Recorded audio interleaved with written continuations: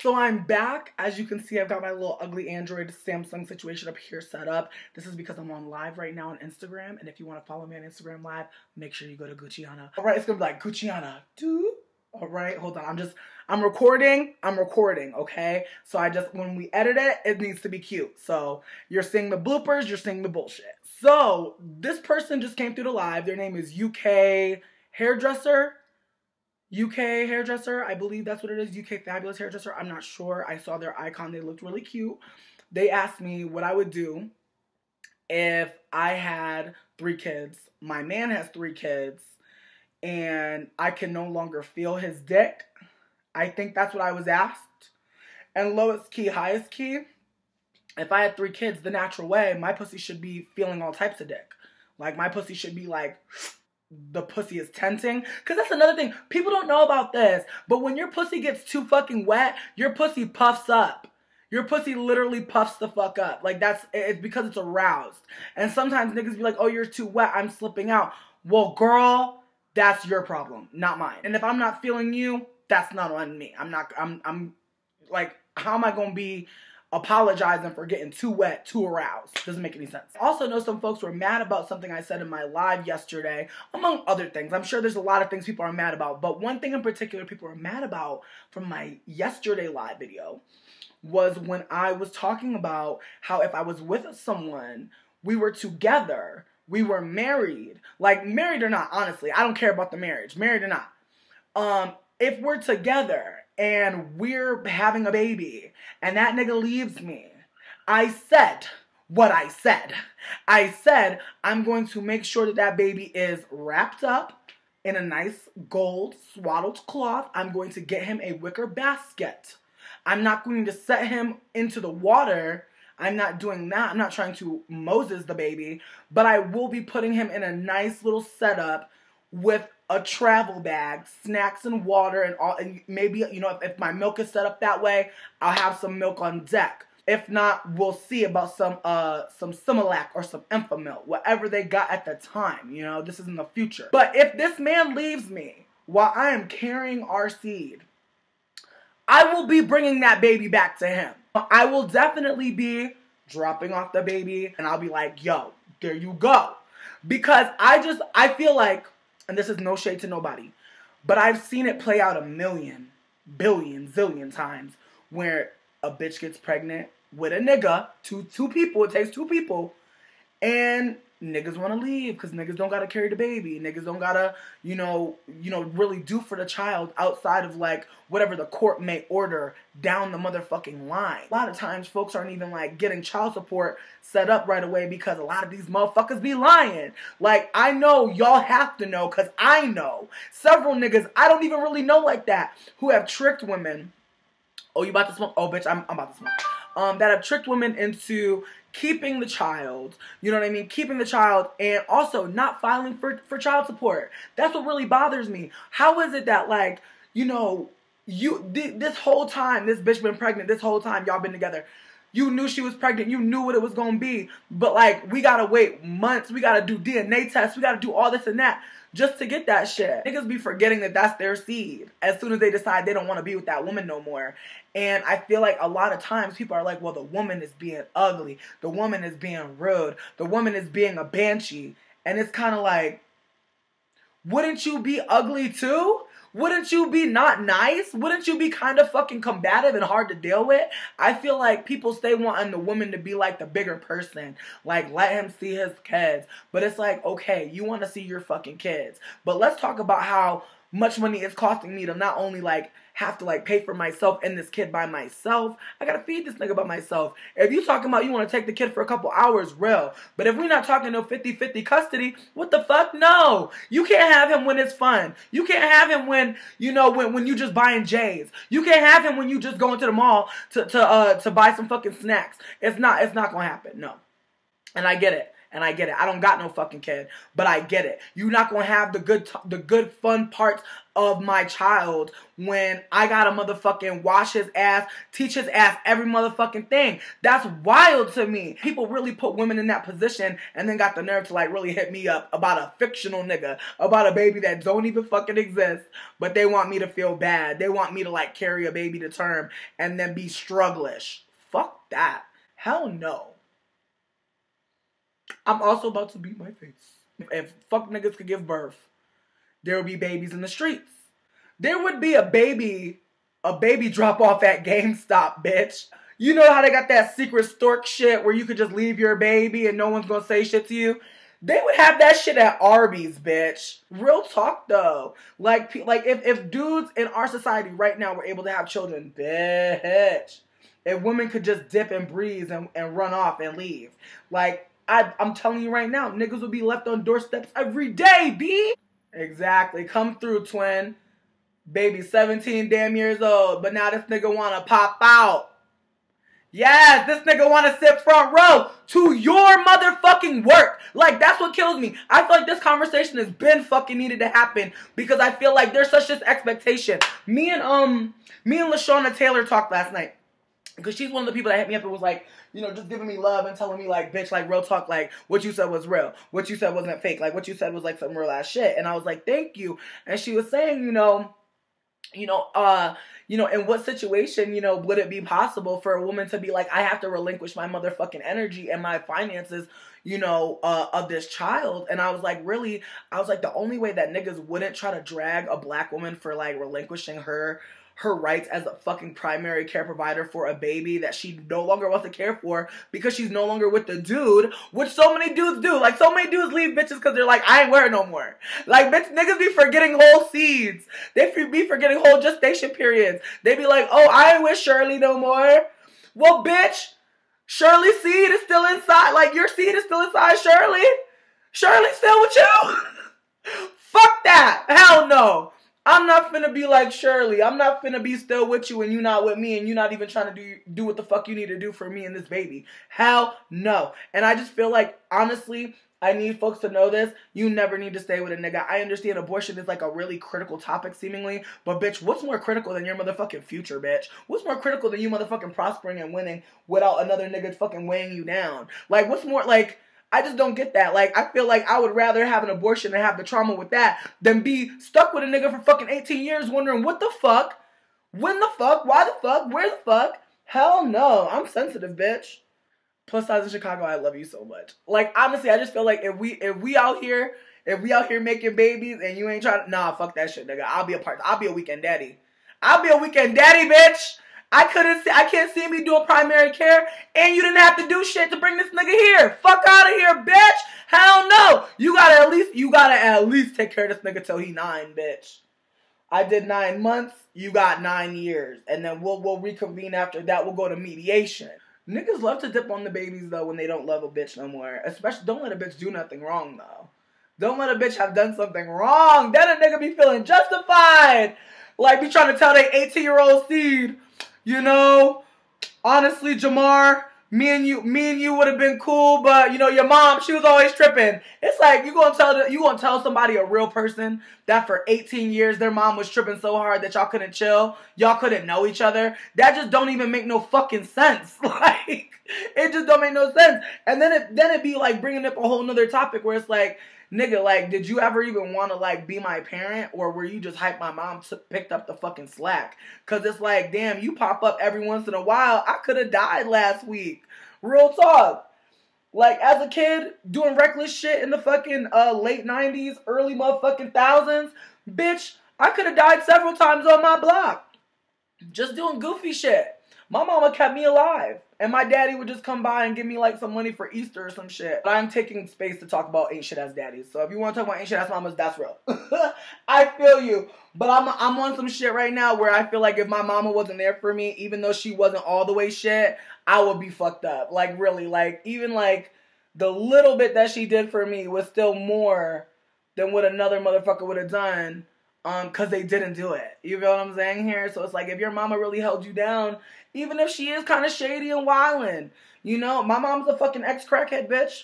I got stories, but at the same time, as much as she was on crack, she still fed a nigga.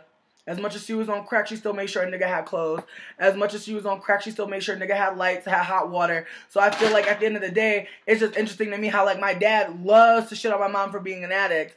But my dad didn't have no fucking addictions. He was out here living straight and narrow and still didn't have no coin for his fucking kids. I'm not that funny. I don't own any Gucci, bitch. But Gucci or not, I'm a G cause I got, bitch. She own a Gucci pussy. Thank you, Sammy Rue. Come through with the ether, bitch. I was listening to Nas earlier too, and I needed that. Honestly. And I had to hit you with the jungle pussy bars. Gucci or not, I'm a G cause I got. Am I a thought for loving Ciroc? Gucciana's funny to me. It's a funny ass name. So it's like if you try to be funny with me, bitch, again, it's a funny name. So I'm gonna get double laughs. So don't do it. Your ex failed to mention he had a son to his wife. I talked to her, but he still denied him to her. What? I have receipts of him acknowledging him to me. No, should I bother sending them? Zombitch, yes. Help that bitch get her fucking coin. Because honestly, without that information, she'll have a harder time trying to get that nigga to give her the motherfucking DNA test. Because that's what it comes down to. When niggas act like that's not their seed to the bitch that got the seed, that's holding the seed, oh no. It'd be too much. Thank you. It's Mochalicious by Wet n Wild. It's not looking cute. That's like why it's tied up in front. It's not looking cute at all. I just wanted to put on a wig because I didn't want to come through with my fucking straight backs, bitch. That's why I got this shit tied haphazardly, bitch. I just wanted to have length and fucking volume. You feel what I'm saying? That's what I wanted to do, girl. I'm not taking this fucking scarf off, girl. That's why the scarf is on. It's a look, though. It's a look. Here's my thing with the Paris Jackson shit. One of the things that comes to mind is, like, my mom has a white mother and a black father. And I feel like all of her life, most of her struggle has been, like, trying to get people to see her blackness as more than just her performance of blackness. Like, she's actually black, but, like, people only see it in her performance. So I feel like for Paris Jackson to be barely seen, really, in the media, for us to get really no beat from her, and for her to claim blackness, I think it's one thing when niggas don't see your blackness. I think it's a whole nother when niggas don't feel your blackness. You feel what I'm saying? Because it's like, I think depending on, you know, what age I was and when I was talking, like, people were like, oh, you're a fucking little biracial little piece of shit.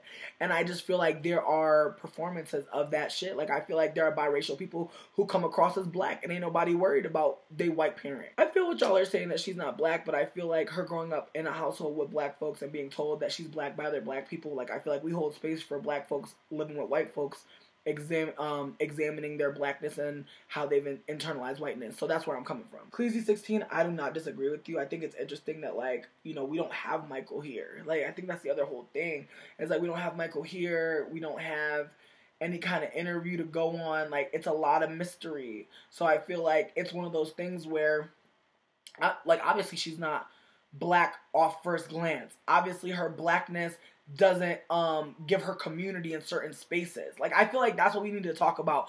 What is blackness in terms of, like, our community? Like, where do we stand with that? Desironi, I feel like your critiques of what blackness is not what everyone's critiques are. And I think your critique is right. And that's the thing. Like, we're just in such a layered world. Like, the internet has brought us closer and farther apart. There's so many words. There's so much that we have. So I feel like with that being said, will Paris be invited to, like, BLM? Probably not. No tea. But it's not because she's not. That doesn't mean she's not black still. You know what I mean? Like, someone could hold on to blackness and still not be invited to no black events. When it comes to Paris Jackson, I don't know who she chose with. I don't know who she knows. But I feel like at the end of the day, her whiteness is what's protecting her and helping her. So her wanting to be a nigga, her wanting to claim nigga-ness, I think will totally give more space to white passing people and white appearing people and white masquerading and presenting people and performing people. And I don't know that that's a good thing, but I can't explicitly say it's a bad thing, because I think that there are a lot of people that, you know, we get shitted on because we have any kind of affiliation of whiteness in our fucking ancestry. Like, I posted a picture of my mom and somebody was like, so your mom's white. And it's like, my mom's not white, but, like, is that a problem, bitch? Like, if my mom was white, would that be a problem? Could I not say what I say? You know what I mean? And I feel like it's so layered, because I feel like when I deal with other people who have white mamas, like, I be telling them about white mama syndrome, and whether or not they fuck with that critique lets me know if we're gonna be cool. Because I've told other black folks, I've told other black folks who had white parents, white mamas, or white daddies, I've told them straight up, having a white parent literally creates a psychosis within you as a black child, where you see yourself as the other, but also an exception, because white folks are around you, because white folks have given you some sort of tool into their world, some sort of into their world, be it based on your performance as a good old nigga, or light-skinned enough for people not to be threatened by you. But I feel like having proximity to whiteness does create privileges, and I think people get lost when I talk about it in, like, relationships, because they're like, well, you're choosing to be with a white man, so you're choosing to have these privileges, and it's not really like, it's like, can you choose who you love, and da-da-da-da, and that's what I'm trying to say. Like, I think it's very layered, it's very nuanced, and I think the closer white people are to you, the harder it is for you to perform, I think, autonomously, and as you would truly had you not been given that privilege. So much to say about it. So when people ask me, do I believe that Paris Jackson is black? I don't think she's black, but she thinks she's black, and I think it's a conversation. So that's what I'll say. I feel like that's the best way I can say anything, is she thinks she black, and I think if she's willing to expound and talk more about that, we will get more information, and we'll be able to make better critiques of what the fuck we're seeing. In ways, I do enjoy meeting the new people. I do enjoy connecting with y'all. I really do. Like, real talk. Like, I really fucking do. But on the other hand, there are times where, like, it does hurt my feelings, certain shit that's said about me, because I feel like for me to be just coming through, talking to you dead on, I'm not, like, really showing you all my life, I'm not really going into all the layers of my life, I feel like some of the conclusions that people have drawn have been kind of wild to me, but of course, I know who I am, so I feel like of course it's gonna be wild to me, so I feel like that's why I try not to get too caught up in, like, defending myself, because I know me, and that's all that fucking matters. It's like, if a couple of y'all hit me up outside of this shit and want to talk, you'll get to know me better, but you won't fully fucking know me. When I read shit, or I see shit, or I'm told about certain things people say, I'm kind of like, okay, on some Waka Flocka shit. Like, I really just have to pause. Me and Sydney broke up. It's one of the things that, you know, I didn't come out right away and talk about because it hurt the fuck out of me. I didn't initiate the breakup. I don't want to get into, like, the logistics of how it went down, but it was a conversation that kind of went left, and it kind of made me feel like, damn, you know, all the things that I thought, you know, I was only feeling, she was feeling, and now we're not together anymore. And obviously when you break up with somebody, you don't talk about how it's going to be or what it's going to look like, and I feel like I got so consumed with, like, how I was going to look, or how we were going to, like, move forward, and what people are going to say about me, what people are going to think about me, because I couldn't make our relationship work, or as if it was all on me. Like, I think I just felt so crazy that I just never spoke about it. Then when I finally did speak about it, I was bitter as fuck, because I was, like, lonely, and I was, like, feeling fucked up. For me to read, like, how some folks felt about me and Sydney's relationship, and how folks were saying that they could see it coming, and all these, and this, that, and the third, it just had me, like, kind of dead, because I was like, damn, like, we've had issues for a little bit, however, we had all the conversations in the world about making sure everything was going to be, you know, something we were willing to work on when we got to Colorado. So I was kind of blindsided. So to hear niggas say that they saw it coming, it's kind of just like.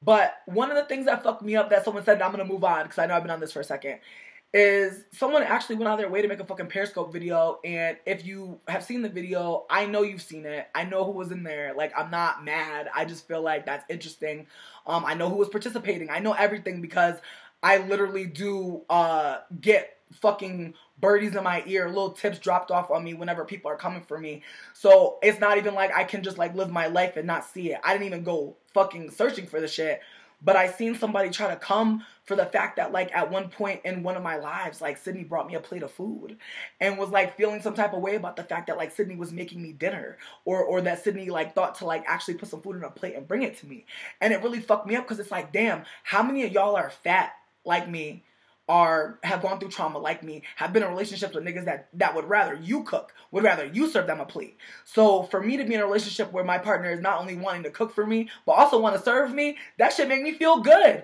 And she knew it made me feel good, and so that's why she did that shit. So it kind of fucked me up that folks were trying to make it seem like, you know, I'm just some like ungrateful ass nigga just like waiting around for a nigga to cook for me, when I eat very well. I know how to cook for myself. Like if you've been following me for a minute, you know I've had several cooking jobs. I've done cooking videos. A nigga knows how to cook. Okay, I've always known how to cook before Sydney, after Sydney.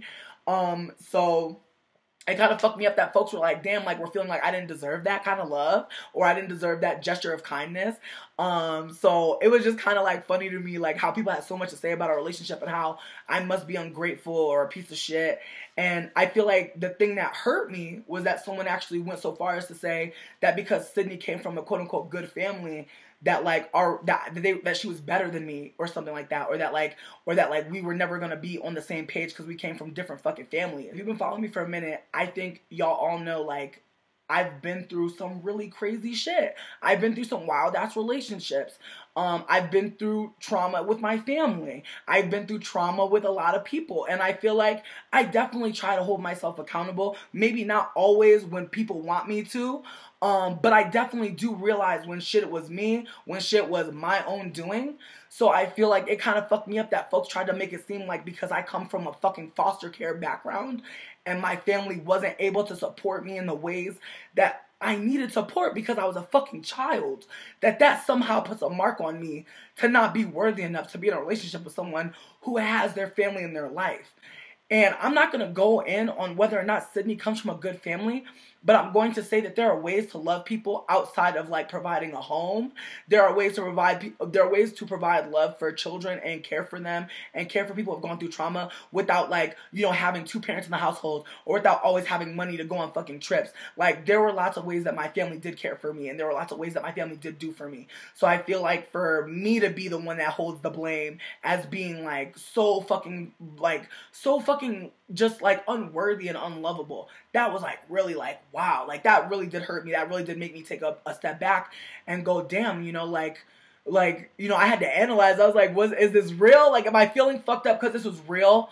Do I really feel this way? Do I feel unlovable? Do I feel unworthy because of my past?